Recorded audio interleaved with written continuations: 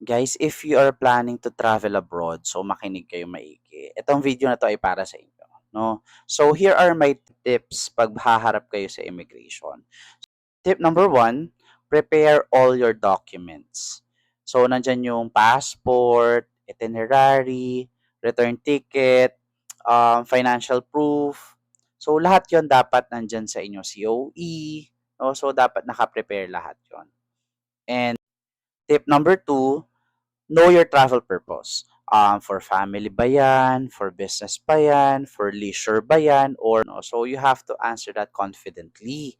No, wag kayong mag-stutter or wag kayong kabahan. Kasi kung yun naman talaga yung purpose ninyo, hindi naman kayo ifa-flag ng officer dyan.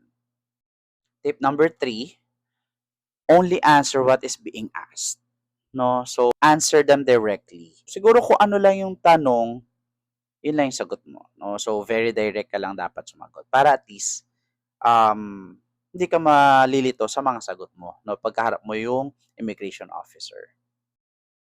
Tip number four, stay relaxed, no? IO questions are really difficult to answer. Kasi kinakabahan ka kasi first time mo magta-travel or na-flag ka na dati and baka ma-flag ka ulit, no? Or so kinakabahan ka kasi baka madaming questions. Or usually kasi kinakabahan ka kasi may mga napanood ka ng mga horror stories kung bakit sila na-offload. So, stay relaxed, no? Sagutin mo lang kung ano yung tanong nung immigration officer sa'yo.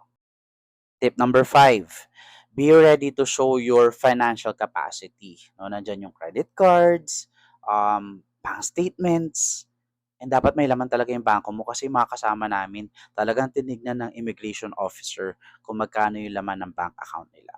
So, lahat yon i-ready ninyo. So, be respectful pagdating sa IO officer, no? And maging firm kayo sa sagot ninyo kung travel lang naman talaga yung pupuntahan ninyo.